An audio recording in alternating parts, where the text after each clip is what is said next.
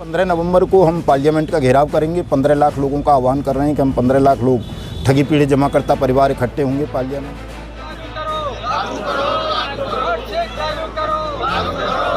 आप जितने लोग इधर देख रहे हैं तस्वीरों में, ये सभी लोग पीड़ित परिवार हैं, पीड़ित लोग हैं। इन्होंने कंपनी पे भरोसा किया और उस कंपनी ने इनके भरोसे को तोड़ा।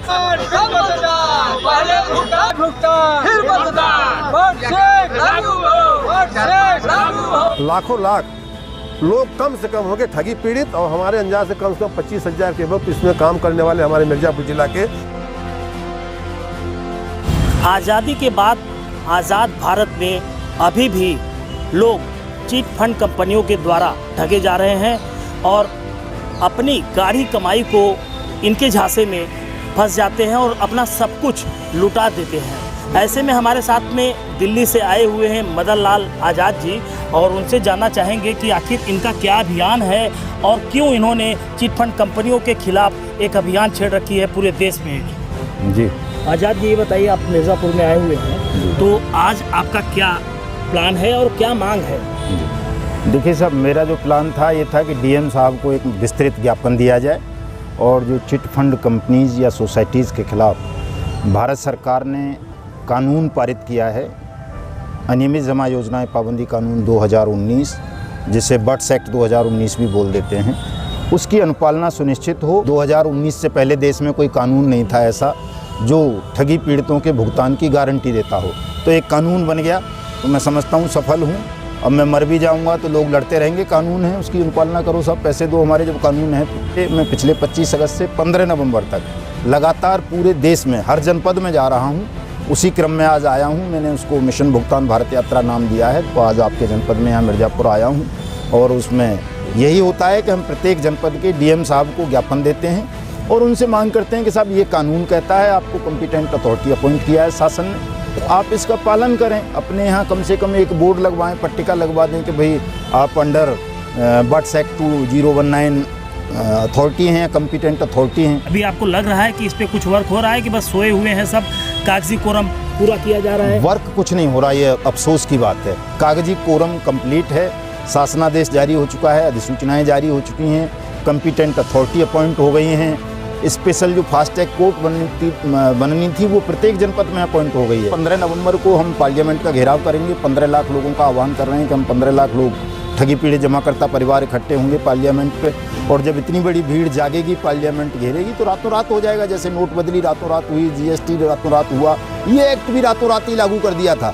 21 फरवरी 2019 को ऑर्डिनेंस के मार्फत महामहिम राष्ट्रपति ने इसे लागू किया था और 20 फरवरी को पुलिस कमिश्नर कलकत्ता को अरेस्ट कर लिया था सीबीआई ने जाके, इसी एक्ट में किया था।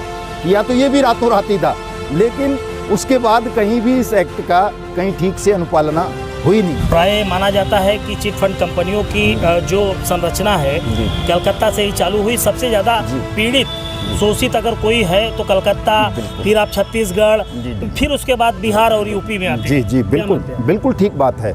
वेस्ट बंगाल जन्मभूमि है ठगों की, वहीं से जितनी भी कंपनियां ये पॉन्जी स्कीम, पिरामिड स्कीम लेकर के जो आती हैं, 1 का 2, 2 का 3 करने वाली, ये ज़्यादातर वहीं से आती हैं। और अब तो खैर यूपी गढ़ बन गया है एक तरह से, वहाँ की बजाय यूपी में बहुत सारी कंपनी और सोसाइटी बनी है, लेकिन प्रेरणा वहीं से ली है यूपी के लोगों ने भी।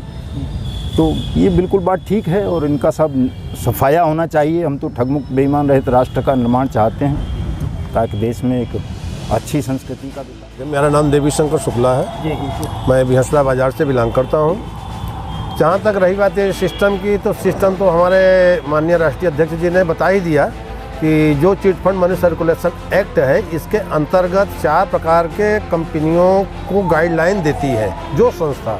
वो संस्थाएं 4 हैं। फर्स्ट है आरबीआई, सेकंड है सेबी, दूसरी है आरओसी, तीसरी है आईआरडीए। अभी तक जितनी कंपनियां गई हैं किसी ने पैसा देने के लिए आया नहीं है।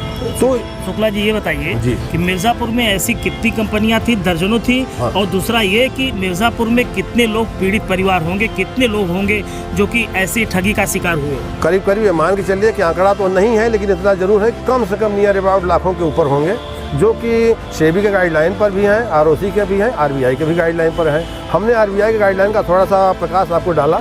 सेबी का भी गाइडलाइन एक है, कि जो पब्लिक फंड आप ले रहे हैं उससे एवं आपके पास अचल संपत्ति हो, ताकि किसी कारणवश आपका प्रोजेक्ट या प्रोडक्शन सक्सेस ना हुआ तो पैसा कहाँ से देंगे। और सेबी का ये गाइडलाइन है कि वो इंडस्ट्री बेस को देखती है।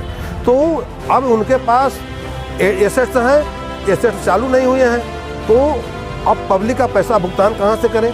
तो एक भी प्रोडक्शन कम भी करना है, जैसे टोगो रिटेल मार्केटिंग को मान लीजिए, ठीक है, इनके सहयोगी कंपनियां निम्न प्रकार की हैं, जो कि जब भी ज़रूरत पड़ती है, ऑडिट पड़ता है, इनके ऊपर दबाव पड़ता है, तो इन्होंने उसका नाम चेंज करके दूसरा नाम आ जाता है, फिर दूसरा नाम चेंज करके तीसरा आ जाता है। इस प्रकार से सारी कंपनियाँ चला रहे हैं। लाखों लाख लोग कम से कम होंगे ठगी पीड़ित, और हमारे अंदाज से कम 25,000 के वक्त इसमें काम करने वाले हमारे मिर्ज़ापुर जिला के कई कंपनियों में फंसे हुए, चाहे वो JBG हो, चाहे क्रिस्टल कॉर्पोरेशन हो, चाहे सहारा हो, चाहे विश्वामित्र हो, जैसा हमारे अध्यक्ष जी ने बताया ही है।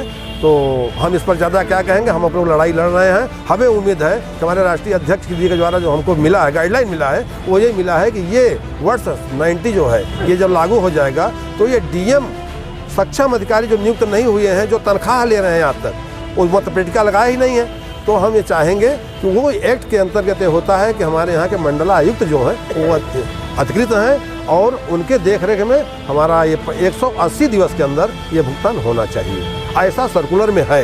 अब उसका सुनिश्चित पालन कराने के लिए हम लोग लड़ाई लड़ रहे हैं। सफलता मिल जाएगी 1.5 साल, लेकिन सफलता मिलेगी। हम तो यहाँ तक मानते हैं कि कदम चूम लेगी बढ़ के मंजिल, मुसाफिर अगर अपनी हिम्मत न हारे। हम लोग वर्कर हैं, अपनी हिम्मत नहीं हारेंगे तो हमको सफलता निश्चित मिलेगी। और अब ये क्या है कि शासन प्रशासन के पास आए हुए हैं कि इनके साथ इंसाफ हो। कैमरामैन आफ्ताब के साथ इंद्रेश पांडे, न्यूज़ योग, मिर्ज़ापुर।